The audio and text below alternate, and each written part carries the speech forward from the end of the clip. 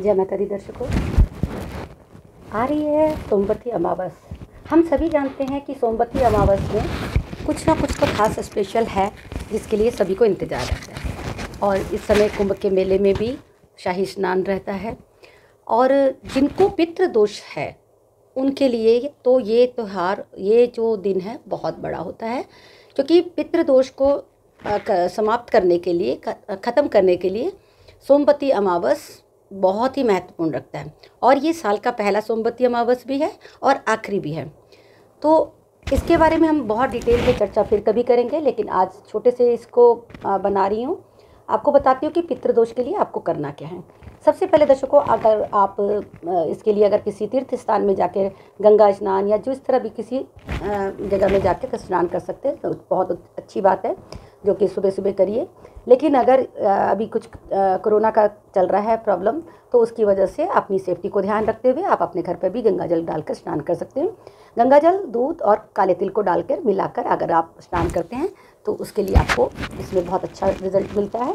शारीरिक कष्ट भी दूर होते हैं इसके साथ। अगर आप पितृदोष के लिए खास कर रहे हैं तो इसमें आपको अपने पितरों के लिए तर्पण दिया जाता है। तर्पण क्यों दिया जाता है ये हम सभी जानते हैं कि जो इसमें श्री कृष्ण भगवान ने भी कहा है कि पद्म पुराण में कि जो अमावस्या के दिन जो है वो पितृ जो है वो धरती पर आते हैं। क्योंकि अगर जो अतिरिक्त पितृ हैं, जिनके अतिरिक्त हैं, तो वो धरती पर अपने ही परिवारजनों से पानी लेने के लिए या भोजन के लिए आते हैं, ताकि उनको तृप्त हो और उनको सही स्थान पे गोलोक में वो जा सके। जिस स्थान पे उनको जाना चाहिए उस स्थान पे वो जा सके, इसके लिए वो पितृ जो है धरती पर आते हैं और अपने परिवारजनों से अपना तर्पण चाहते हैं। तो उस दिन आप किसी पंडित के द्वारा या किसी अच्छे किसी भी तरह से आप तर्पण भी करा सकते हैं। लेकिन अगर आप इस काम के लिए नहीं अभी जा सकते हैं तो आप छोटे से घर पे ही करिए। शिवलिंग की अभिषेक करिए, रुद्राभिषेक खुद घर पे करिए। ओम नमः शिवाय का जाप करते हुए जितना आप ज़्यादा जाप करेंगे उसमें आप पंचामृत से स्नान कराइए, गंगा जल से शिवलिंग को स्नान कराइए, अभिषेक करिए। एंड उसके बाद आप उसमें काले तिल और शहद बहुत ज़रूरी है तर्पण के लिए। तो आप उसका भी रुद्राभिषेक करिए, ओम नमः शिवाय का जाप करिए और उसमें अखंड एक दिया, चौमुखा एक दिया आप जला दीजिए घर पर भी अपने। और इसके साथ साथ जो बहुत महत्वपूर्ण बात है वो है कि पीपल के पेड़ की इस दिन खास पूजा होती है, क्योंकि पीपल के पेड़ पे विष्णु भगवान का वास होता है और विष्णु भगवान मोक्ष को देते हैं। पितरों के लिए मोक्ष की प्राप्ति के लिए विष्णु भगवान के पूजा की जाती है। तो उस दिन बहुत बड़ा विधान है कि आप पीपल के पेड़ पे जाकर उनको मीठा जल यानी कि कच्चा दूध और चीनी या खांड डालकर आप पीपल के पेड़ को सींचिए और उसके साथ ही आप काले तिल जरूर डालिए। तो इससे आपको पितर भी शांत होते हैं। इसके साथ साथ दर्शकों, आज मैं कुछ अलग अलग कैटेगरीज़ के उनके बारे में बात करती हूँ। तो जो नोट करना चाहती हूँ वो पेन कॉपी लेकर नोट कर लीजिए। सबसे पहले मैं आती हूँ कि जिनको बहुत कष्ट रहता है, यानी कि बीमारी रहती है, बड़ी बड़ी बीमारियाँ है, असाध्य रोग है, जो बहुत दवाई करने के बाद, इलाज करने के बाद भी ठीक नहीं हो रहे हैं और परेशान हुए जा रहे हैं, दवाई भी काम नहीं कर रही है। तो आप क्या कर सकते हैं कि उस दिन आप कच्चा धागा जो होता है वो कच्चा धागा मार्केट में अवेलेबल हो जाता है, आप कोशिश करिए कि वो मिल जाए। अगर जिनको नहीं मिलता तो आप वो वाइट रील भी लेकर, वाइट कलर का लेना है, वो लेकर आप उसको पीपल में 7 बार लपेट दीजिए। अगर जिनको बहुत असाध्य रोग है जो कि क्योरेबल नहीं है, तो ऐसा कुछ अगर लगता है 108 बार अगर आप बांध सकें तो बहुत अच्छी बात है। और उसके साथ साथ आप एक नारियल लीजिए, गोला नारियल, सूखा नारियल जो होता है, उसको ऊपर से काट कर उसके ऊपर आप उसके अंदर आप जो काले तिल, खांड और थोड़ा सा घी डाल के उस नारियल को आप पीपल के पेड़ पे जड़ पे आप दबा दीजिए, जहाँ की ध्यान रखिए कि आसपास जो जड़ है, तने हैं, उनको चोट ना पहुँचे, क्योंकि उनमें भी जान होती है। तो आप कोशिश करिए कि उसको उसमें दबा दीजिए। जितने उसमें चींटियाँ या मकोड़े उसको खाएंगे तो आपके उससे आपका रोग से मुक्ति मिलेगी। ये एक काम कर सकते हैं। दूसरा, एक नींबू ले, उसमें 4 लौंग, फूल वाली लौंग को दबा दे, अपने सिर से इसको एंटी क्लॉकवाइज घुमाना है। उस नींबू को भी आप पीपल की जड़ पे दबा दें और वहाँ प्रार्थना करें कि हे विष्णु भगवान, या जिसको भी आप मानते, जिसको जो भी आपके आराध्य देव है, कि मेरे ये शारीरिक कष्ट जो है वो मुझे बहुत तंग कर रहा है और मैं ठीक नहीं हो रहा या हो रही हूँ, तो मेरे को इससे मुक्ति दिलाए। और उसको बोल के वहाँ पर आप हाथ जोड़ कर वहाँ पर दिया जलाएं और फेरी करें। इस दिन पीपल के पेड़ पे परिक्रमा करना बहुत ज़रूरी होता है, बहुत अच्छा और लाभदायक होता है। इसके लिए आप क्या कर सकते हैं, अगर एक दिया हाथ में लीजिए और उसके साथ में आप 108 अगर फेरी लगा सकते हैं, ओम नमो भगवते वासुदेवाय बोलते हुए आप, या ओम शम शनिश्चराय नमः बोलते हुए भी, ओम नमो शिवाय बोलते हुए भी आप फेरी लगा लीजिए 108, तो आपको रोग से निदान जरूर मिलेगा, पक्का है। 108 बार अगर आप फेरी नहीं लगाने सकते, उसमें सक्षम नहीं है, तो आप 7 फेरी लगा लीजिए, 11 लगा लीजिए, 21 लगा लीजिए, 51 लगा लीजिए, लेकिन 108 का बहुत फायदा है। पितृ दोष के लिए भी अगर आपको बहुत तंग आ रहा है व्यापार, आप सेकंड कैटेगरीज के लिए मैं बोल रही हूँ कि जिनको व्यापार में या जॉब में दिक्कत आ रही, परेशानी आ रही, पितृ दोष की वजह से उनकी लाइफ में सक्सेस नहीं मिल रही है, दिक्कतें आ रही है, कारोबार में घाटा हो जा रहा है, कर्जा हो जा रहा है, व्यापार उन्नति में नहीं जा रहा है, किसी तरह भी बहुत कोशिश करने के बाद भी वो चढ़ नहीं पा रहे हैं, तो उन लोगों के लिए क्या है कि आप 108 दिए जलाइए, सरसों के तेल के 108 दिए जलाइए और 108 ही फेरी लीजिए, और हाथ में कच्चा सूत्र लेते हुए आप उसको बांधते जाइए, पीपल के पेड़ को ऐसे लपेटते जाइए, और उसके बाद उस धागे को वहीं लास्ट में छोड़ दीजिए, और वहाँ पर आप एक नींबू अपने सिर से, लास्ट में जिस 108 हो जाए तो आप अपने सिर से एक नींबू को उल्टा घुमा के, एंटी क्लॉकवाइज घुमाकर, और उसको आप पीपल के पेड़ पे दबा दीजिए।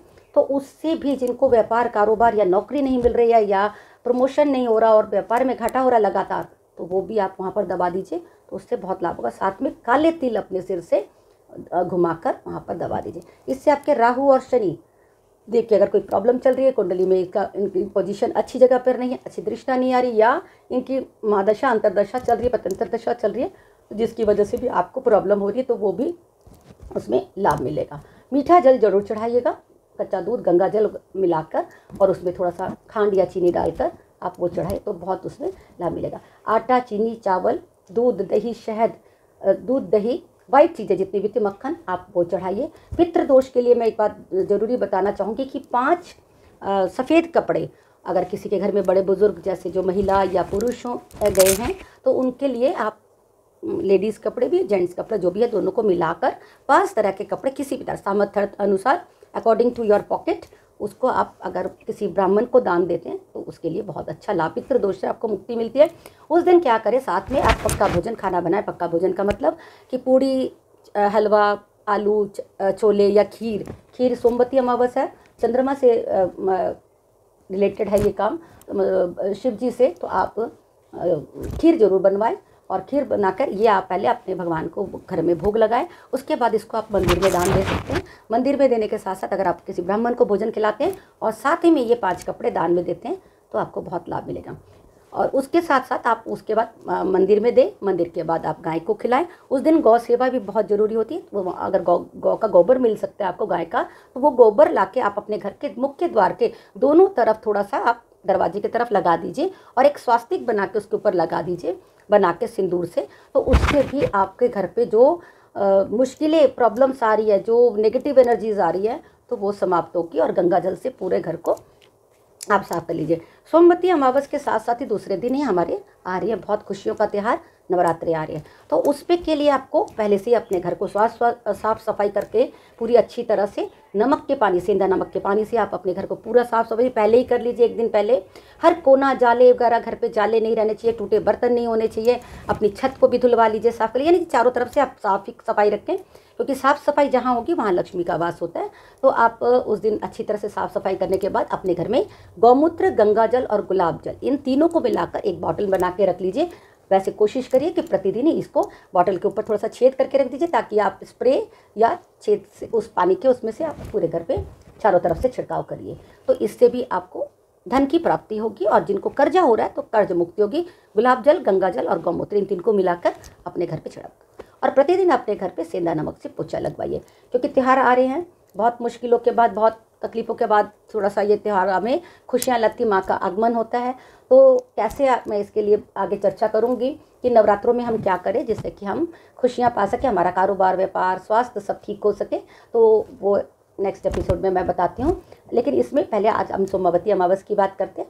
अब इसके जिन लड़के लड़कियों की शादी नहीं हो रही है, तो वो क्या कर सकते हैं, पीला धागा लेकर वहाँ पर आप पीपल के पेड़ में बांधें, और 108 अगर आप फेरी ले सकते हैं, लड़के या लड़के यंगस्टर्स, थोड़ा मुश्किल ज़रूर है, थोड़ा 1 आधा घंटा का समय लगेगा, परंतु इसमें आपको बहुत लाभ मिलेगा। पीला धागा पीपल पे डाल के और पीला ही आप जल, उसमें थोड़ा हल्दी और केसर मिलाकर अगर आप वो उस दिन पीपल पे चढ़ाते हैं तो आपको भी अगर शादी में पितृ दोष की वजह से शादी में दिक्कत या परिवार में खुशियाँ नहीं आ रही है, शादी नहीं हो रही लड़के या लड़की की, तो आप वो करें तो उसके साथ में भी आपको उसका भी बहुत लाभ मिला। उस दिन आप ओम नमो भगवते वासुदेवाय, और जिनके संतान की भी दिक्कत हो रही है, जिनको संतान प्राप्ति का सुअवसर नहीं मिल पा रहा है, संतान की खुशियाँ नहीं मिल पा रही है, तो वो भी क्या करें कि कच्चा सूत्र बांधे और श्री कृष्ण भगवान का ओम देव की सुत का पाठ करते हुए श्री सुक्तम या इसका पाठ करें उस दिन, तो बहुत लाभ मिलेगा। उससे भी आपको संतान की प्राप्ति होती है। संतान गोपाल यंत्र की स्थापना करिए और संतान गोपाल मंत्र का जाप करिए उस दिन पीपल के पेड़ के नीचे बैठ के। अगर वो नहीं कर सकते तो आप अपने घर पे भी करके कर सकते हैं। अपने घर पे भी अगर आप करें तो शिवलिंग, पारस शिवलिंग या स्फटिक शिवलिंग पर आप जलाभिषेक करते रहिए। उस दिन किसी भी तरह का मांस मदिरा या कोई ऐसी चीज़ वस्तुओं का सेवन ना करें।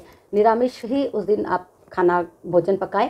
जो लोग व्रत रखते हैं वो व्रत रखें, लेकिन जो लोग अगर पूजा पाठ करते हैं तो आप इस दिन करें। उस दिन आप अपना क्रोध को त्यागने की कोशिश करें।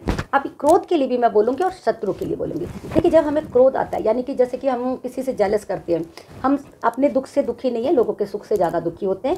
कि कुछ लोगों की आदत होती है कि देख के किसी को जलना, या उनके घर पे ऐसा क्यों हो गया, उनकी तरक्की क्यों हो गई है, मेरे साथ ऐसा क्यों नहीं है रहा, उनके पास ऐसा क्यों हो रहा है। तो इससे क्या होता है, अपना ही हम खराबी कर रहे हैं। उससे क्या हो रहा है कि हमें अपना जलन की वजह से क्रोध बढ़ता है। क्रोध होने से हमारे नाना प्रकार के शत्रुता भी बढ़ती है और अपना भी हमारे शारीरिक कष्ट भी आते हैं। तो इसके लिए आपको क्या करना है, अगर आप शत्रु की वजह से परेशानी, देखिए क्या होता है कि शत्रुता, कोई भी इंसान शत्रुता नहीं करना चाहता, परंतु ये एक स्वभाववश हो जाता है। जैसे कि अगर आपको बहुत भूख लग रही है और आपको खाना 2-3 दिन से नहीं मिला है, और आप सामने किसी को देख रहे हैं कि कोई व्यक्ति है जो 56 भोग खाना खा रहा है और आप भूखे हैं, आपको खाना भी मिल रहा है, 2 रोटी भी नहीं मिल रही है, तो आप परेशान होंगे। और वो जो आई कांटेक्ट उस खाने में हो रहा है या उस व्यक्ति पर हो रहा है, तो उसमें क्या होगा कि वो नज़र लगती है, उसमें शत्रुता भी बढ़ती है, क्योंकि अंदर की पेट की भूख लग रही है।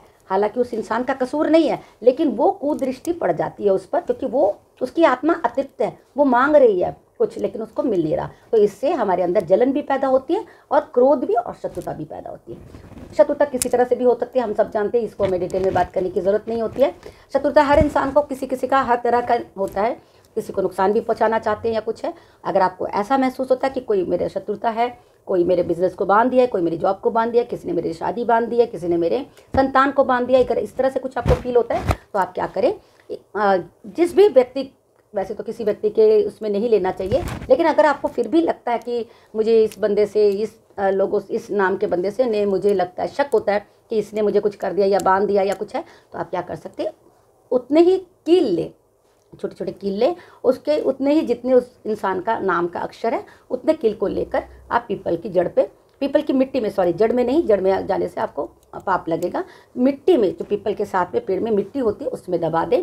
और उनसे आपने शत्रुता नहीं रखनी है, आपने उनको जिस बंदे से, जिस व्यक्ति से आपको परेशानी हो रही है या लग रहा है, उसके अंदर अपने लिए प्रेम जागृत करिए। वो कैसे करना है, आपने वहाँ पर उसको दबाना है और वहाँ से प्रार्थना करनी है कि हे प्रभु, ये मुझे इनसे लग रहा है, शक हो रहा है कि मुझे ये परेशान कर रहे हैं, तो ये मुझे किसी क्रोधवश या शत्रुतावश अगर मुझसे वैर रख रहा है, तो इसके हृदय में प्रेम जागृत करिए। मेरे साथ ये अपनी दुश्मनी छोड़ के मेरे साथ प्यार का भावना रखे और अपनी शत्रुता को ख़त्म कर दे, मेरे साथ जीवन में सुख में अपना हमारा समय बीते। कुछ अपने होते हैं, कुछ पराए होते हैं, कुछ लोग होते हैं जिनके भी लगे, तो उनके लिए आप बजाय उनका हार्म नहीं करना है हमने, क्योंकि देखिए उनको अगर वो शांत हो जाते हैं तो ऑटोमेटिकली आपकी शत्रुता खत्म हो गई। आपके लिए जो वो बुरा चाह रहे हैं, बुरा सोचते हैं, तो उनको भगवान सद्बुद्धि दे कि वो बुरा ना करें, वो बुरा ना सोचे या हमारे लिए अपशब्द ना निकाले, तो ऑटोमेटिकली आपके लिए फ़ायदा हो गया। किसी का बुरा हमने करना नहीं है, तो आप ये करिए, उससे अभी वो मिलेगा। और उसके वहाँ पर प्रार्थना करिए। वहाँ पर प्रार्थना क्या करनी है, आपको दिया जलाना है सरसों के तेल का, और उसमें थोड़े से काले तिल अपने सिर से घुमा के दिए के अंदर आपने डाल देनी है। 5 काली मिर्च को लेकर भी उसके सिर से घुमाकर उसके अंदर डाल देनी है। 5 लौंग को भी लेकर अपने सिर से एंटी क्लॉकवाइज घुमाकर आपने दिए के अंदर डाल देनी है। अब उसको दिए को जलाइए, चौमुखा दिया होना चाहिए, जलाइए, और जो आपने कील भी दबाया है उस पर में उसके बाद जो जल भी चढ़ा दीजिए। उसमें तो वहाँ प्रार्थना करिए कि मुझसे तो ये कुछ संभल नहीं रहा है, जो कुछ भी मेरे साथ बुरी चीज़ या बुरा बात या कोई शत्रुता कर रहे हैं, मैं उनको संभाल नहीं पा रहा, आप इसको संभालिए और मेरे पीछे नहीं आने दीजिएगा। मेरे पीछे वो तब आए जब उसके दिल में प्रेम और सद्भाव मेरे लिए हो, तो वो मेरे पीछे तब आए, अन्यथा आप उनको यहीं पर रोके रखें, मेरे पीछे नहीं आने दें। इस तरह करते हुए, हाथ जोड़ते हुए आप वापस घर की तरफ आ जाएं और पीछे मुड़ के ना, अगर आपको लगे कि कोई आवाज़ भी दे रहा है या कुछ है, तो भी आप इस चीज़ को ना देखें, ना सुने, आप अपना वहाँ से पूजा करके आप सीधा अपने घर की तरफ चले जाइए, या अपने काम जहाँ भी जाना चाहते जा सकते हैं। लेकिन सबसे बड़ी बात क्या होती है कि किसी भी क्रोधवश या बहुत लालच या बहुत किसी का बुरा सोच के अगर आप पूजा पाठ करते हैं या मंत्र जाप करते हैं, तो उसमें आपको फ़ायदा नहीं होगा। सबसे पहले आप अपने मन को साफ़ करिए, मन को अच्छा करिए। हमें सब पता होता है कि हमारे लिए क्या बुरा है, हमारे लिए क्या अच्छा है, हमें क्या करना चाहिए और क्यों हमसे कोई शत्रुता कर रहा है। ये हम समझते कई बार हमारा कसूर भी नहीं होता, लेकिन सामने वाला हमसे बेवजह ही जलन या क्रोध या शत्रुता कर लेता है। तो उसके लिए आप अपने आप को अगर ठीक रखेंगे, आप अपने आप को एक प्रोटेक्शन लेयर में रखिए, ताकि बाहर से जितने भी एरर आ रहे हैं, जितने भी एरो आ रहे हैं, वो आपको कोई नुकसान ना पहुंचाए। उसके लिए क्या करना, आपके ऑरा, आपने अपने अंदर इतनी अच्छी मेडिटेशन करिए, अपनी इंट्यूशन पावर को इतना अच्छा करिए कि आपको इतना अच्छी अपने अंदर मंत्र भक्ति, देखिए मंत्र से बहुत कुछ मिलता है और किया वृथा जाए ना। आप अपने आप के लिए अच्छा करेंगे, अच्छा सोचेंगे, लोगों के लिए भी अच्छा सोचेंगे, तो आपको थोड़ा टाइम कष्ट जरूर आ सकता है, बुरे प्रभाव जरूर आ सकते हैं, लेकिन वो ज़्यादा दिन टिकेंगे नहीं। वो आपके जो गोला आपने बना रखा है अपने अंदर का, यानी कि एक ऑरा अच्छा बना रखा है, पॉजिटिव ऑरा बना रखा है, वो पॉजिटिव ऑरा को वो बहुत दिन तक तोड़ नहीं पाएंगे। कोई भी नेगेटिव एनर्जी या नेगेटिव प्लैनेट्स भी कोई बुरे नहीं होते, सब प्लैनेट्स अच्छे होते हैं, लेकिन पोजीशन और दृष्टियाँ और युति की वजह से और दशा की वजह से हमारे लाइफ में, और ये सब हमारे में ही क्यों है। हम सोचते हैं सामने वाले के किसी के बहुत अच्छा है, उनके ऐसा क्यों नहीं है, हमारे साथ ही ऐसा क्यों होते हैं। क्योंकि देखिए ये सब हमारे ही किए रहे हैं, ये हमारे ही कर्म होते हैं, जो कुछ इस जन्म के या कुछ पिछले जन्म। हम सोचते हैं कि हमने तो इस जन्म में ऐसा कुछ भी नहीं किया, फिर भी हमें ये कष्ट क्यों आ रहा है, हम नहीं जानते। ये तो वो विधाता जानता है कि हमने पिछले जन्म में क्या किया। जो हमारे कुछ रह गए कर्म, उनका फल देना उस प्रभु के हाथ है, तो उसी से हमें सुख दुख का होता है। देखिए कुछ इंसान जानवर जानवर पैदा होते हैं, जानवर में भी बहुत सारी कैटेगरीज है, और इंसान भी होते हैं। तो क्यों जानवर भी क्यों पैदा होते हैं, क्या ज़रूरत है उनको भगवान को उनको बनाने की, इंसान ही बताने जो कम से कम पूज तो रहे हैं भगवान को। नहीं, क्योंकि उनको वो बताते हैं, दिखाते हैं, जो कर्म से हम कर रहे हैं उनको उसी तरह का वो 84 लाख योनियों का जन्म जो भोग के मनुष्य जन्म मिलता है, तो इसी को कर्म को भोगते हुए हम अपने जीवन को यापन करते हैं, कष्ट भोगते हैं और सुख भी भोगते हैं। तो इसीलिए किसी का दिल नहीं दुखाना चाहिए और किसी के लिए आप बुरा नहीं करें। अगर आप अच्छा नहीं कर सकते हैं, आप भला चुप हो जाइए, शांत हो जाइए, अपना कर्म करते जाइए। आपका फोकस, आपका टारगेट सिर्फ अपने लिए होना चाहिए, इस चीज़ के लिए कि देखिए अगर हम दूसरे का बुरा नहीं करना, मतलब यानी कि आप अपना काम कर्म करते रहिए। कर्म प्रधान है, श्री कृष्ण ने भी गीता में कहा है कि अपना कर्म प्रधान है, आप कर्म करते चलिए तो रिजल्ट आपको अच्छा जरूर मिलता है। आप सामने वाला बुरा करता है तो भी करने दीजिए, जाने दीजिए उसको। कई बार हमें क्रोध आता है, ये कहना आसान होता है, लेकिन हो सकता है मैं भी क्रोध कर जाती हूँ, लेकिन उसको कुछ टाइम के बाद थोड़ा सा सोचने का मौका दीजिए अपने आप को भी, अपने लिए भी। हम अपने सबसे बड़ा क्या होता है, हम जब सुबह उठते हैं तो हम कर्म में लग जाते हैं, सारा दिन की रूटीन हमारी चलती है, लेकिन सोने से पहले जब हम थोड़ा सा अपने आप को रिलैक्स करते हैं, आप सोने से पहले थोड़ा सा अपने दिनचर्या के सुबह से लेकर जो आपने किया, क्या क्या किया नहीं किया, उस सीन को सारे को एक जैसे फ्लैशबैक में जाकर आप उसको याद करेंगे, तो हमें पता लग जाता है कि आज हमने क्या अच्छा किया और क्या बुरा किया। हमें खुद स्वयं सब कुछ पता होता है। तो कोशिश ये करिए कि हमारे साथ ये हो ही ना। चलिए पिछले जन्म का तो हम नहीं जानते कि हमारे किस्मत में क्या था, हमने क्या किया था और जिसकी वजह से हमें फल मिल रहा है, तो आपका तो बुरा ना करे कि आगे आने वाले जन्म में भी हमें बुरा मिले। तो जितना हो सके अच्छा कर्म करिए, अच्छे विचार रखिए, लोगों को अच्छे कर्मों पे ला सके, किसी का उद्धार कर सके, कि न किसी का भला कर सके, ताकि आपको पितृदोष की प्रॉब्लम मिले। और इन पितृदोष का भी अगर हो, आपके बड़े बुजुर्गों को आप तृप्त कर सके अच्छे से, तो उनके लिए भी जो कुछ भी भूल चूक हुई हो, देखिए इंसान के साथ गलतियां बहुत होती है, हर इंसान करता है गलती, क्योंकि इंसान माटी का पुतला है और गलतियां वो करता ही है। तो आपको उनसे हाथ जोड़ के उस दिन जो भी आपने तर्पण किया उसके साथ साथ क्षमा मांगनी चाहिए। त्राहिमाम त्राहिमाम त्राहिमाम, ये आपको नित्य प्रतिदिन रात को सोने के टाइम, क्योंकि दिनचर्या में हम क्या क्या करी जा रहे बोले, सबसे बड़ा झूठ तो मोबाइल में बोलते हैं कि हम घर पे नहीं है, हम यहाँ हैं, मैं इधर हूँ, मैं उधर हूँ, मैं झूठ बोलते हैं। तो ये भी तो एक पाप ही हो रहा है ना। तो इसके लिए आप अपना सबसे पहले जो क्षमा में किससे मांगनी, इस प्रभु से। तो आपने क्या करना, रात को सोते वक्त भी अगर आप त्राहिमाम त्राहिमाम त्राहिमाम कि आज के दिन में मुझसे जो कुछ भी भूल चुकी हो उसके लिए मैं क्षमा प्रार्थी हूँ, अगर ये बात करके आप अपना करते हैं दिनचर्या को करते हैं और अपना जीवन को यापन करते हैं तो आपको निश्चित रूप से लाभ मिलेगा।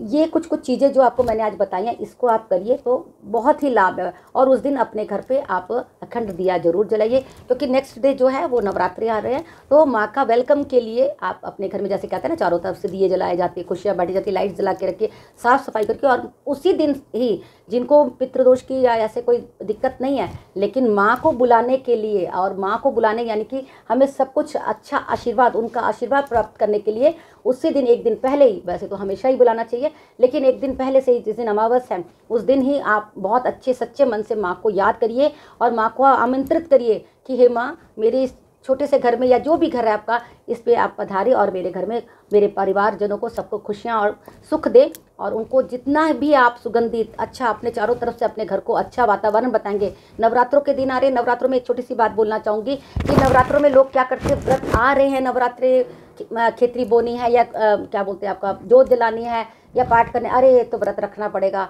अरे ये तो ऐसा रखना पड़ेगा, ऐसा होने पर उनको बोझ समझ के या एक सिर्फ ड्यूटी है, हमें अपना खानदान में चला आ रहा है, ये करना है, ये सोच के करना है तो उसको मत करिए। अच्छा है कि आप उसको हाथ जोड़ दीजिए कि मुझसे नहीं हो पा रहा, मैं जितना कर सके मन से करिए।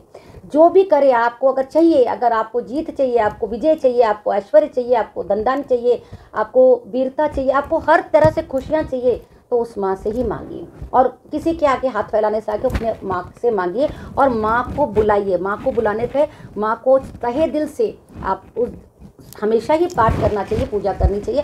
दुर्गा सप्तशती का पाठ करिए आप, जितना हो सके उस दिन भजन कीर्तन किसी के साथ आप शब्द बोलिए। लेकिन मैं ये कहूँगी कि जो लोग व्रत रखते हैं प्लीज़ वो ये चीज़ को ज़रूर ध्यान रखें कि वो व्रत ही करे, भरत ना करे, यानी कि भरना नहीं है सारा दिन। व्रत का इसलिए मतलब माध्यम बनाए कि आपको कुछ टाइम अपने आप को हल्का भोजन से अलग रख के, हल्का रख के अपना ध्यान सिमरन सिर्फ प्रभु के साथ करना है, माता रानी के साथ करना है। तो आप उस दिन बाजारी चीज़ों को, इन सब चीज़ों को जो होता है कि आजकल फैशन बन गया कि बाजारी की व्रत की टिक्की, व्रत की कुल्फ़ी, व्रत की चीज़ें, देखिए वहाँ पर इतना सुजुट नहीं हो कर पाते वो। तो कोशिश ये रहिए, जो बाज़ार में जो ऑफिशियल है या कुछ ऐसे है, कोशिश करिए अपने घर से बना के ले जाइए या फल फ्रूट पर आधारित रहिए। प्याज लहसुन इस सब चीज़ों का आपको नहीं लेना चाहिए, तामसिक भोजन से दूर रहना चाहिए। और जो लोग अपने इन नवरात्रों में, अगर जो हमारे हिंदू लोग हैं, अगर वो किसी जेंट्स अगर कुछ मदिरा का या इस तरह का सेवन करते हैं तो उनसे मेरी हाथ जोड़ के विनती है कि जो आपकी घर की महिलाएं पूजा कर रही हैं, व्रत कर रही हैं, तो उनके पूजा में विघ्न ना डालें। उनके कम से कम ये 7 दिन के लिए आप उनको ये अवसर जरूर दें कि वो अपनी माँ को बुला सके और आपके लिए और आपके परिवार के लिए उनको वो दे कि वो माँ के अच्छी तरह से पूजा कर सके। 7-8 दिन के लिए आप माँ को बहुत अच्छी तरह से बुलाइए। उस दिन बहुत अच्छे से उनके जाप ओम ऐं ह्रीं क्लीं चामुंडाय विच्चे, आप सारा कुछ छोड़ के ना सिर्फ आप ये मंत्र का जोत जला के, अखंड जोत जलती है, और आप तहे दिल से, सच्चे दिल से एकदम देखिए, आप ओम ऐं ह्रीं क्लीं चामुंडाय विच्चे का आप पाठ करिए। इन दिनों में काला नीला कपड़ा आप बिल्कुल मत पहनिए, लाल कपड़ा, जो भी अच्छे रंग का, क्योंकि माँ को लाल रंग बहुत प्यारा है। आप माँ का श्रृंगार बहुत अच्छे तरीके से करिए और उसके बाद आप उसको माँ का मंत्र जाप, मैं कहती हूँ आपके अंदर इतनी अच्छी पावर आ जाएगी, इतनी अच्छी शक्ति आ जाएगी, आप खुद समझने लगेंगे, आपको खुद एहसास हो जाएगा कि मैं क्या हूँ, अपने आप को पहचानने लगेंगे कि मैं क्या हूँ, किस लिए इस संसार में आया हूँ। तो ओम ऐं ह्रीं क्लीं चामुंडाय विच्चे का आप पूरा एकदम अपने दिल से इंट्यूशन पावर अपने ला के मेडिटेशन करिए और इस मंत्र का जितना जाप करिए। इधर उधर मोबाइल में या इधर उधर समय को व्यतीत ना करके आप अच्छी तरह से मंत्र का जाप करिए। सिर्फ थोड़ा सा होता है हम लोग 1 घंटा सुबह पूजा कर लिए, 1 घंटा शाम को पूजा कर लिया और हम थक गए और हम लग गए फिर मोबाइल में, तो और सोचते हमें बहुत कुछ मिल जाए, बहुत अच्छा हो जाए, तो वो कैसे मिलेगा? उसके लिए कुछ तो त्याग जरूरी है ना। तो आप उसके लिए मैं छोटी सी बात को करूँगी कि इस जो त्यौहार को आ रहा है, नवरात्रि जो आ रहे हैं, उसको ऐसे ही ना जाने दे। बहुत अच्छी तरह से ओम ऐं ह्रीं क्लीं चामुंडाय विच्चे का सिंपल बहुत सारे मंत्र हैं, लेकिन इसके साथ अब मैंने पिछले वीडियो में भी बताई हुई है और मेरी वीडियोस जो मैंने नवरात्रों स्पेशल के लिए बनाए हैं उनको भी फॉलो करिए। माँ को क्या भोग लगाना है, क्या फूल चढ़ाने हैं और कैसे पूजा करनी, कौन सा मंत्र किया है, मैंने उनमें बताया हुआ है। आप उसको देखें और अपने जीवन में उसको लाइए और माँ का आशीर्वाद पाइए। जय माता दी।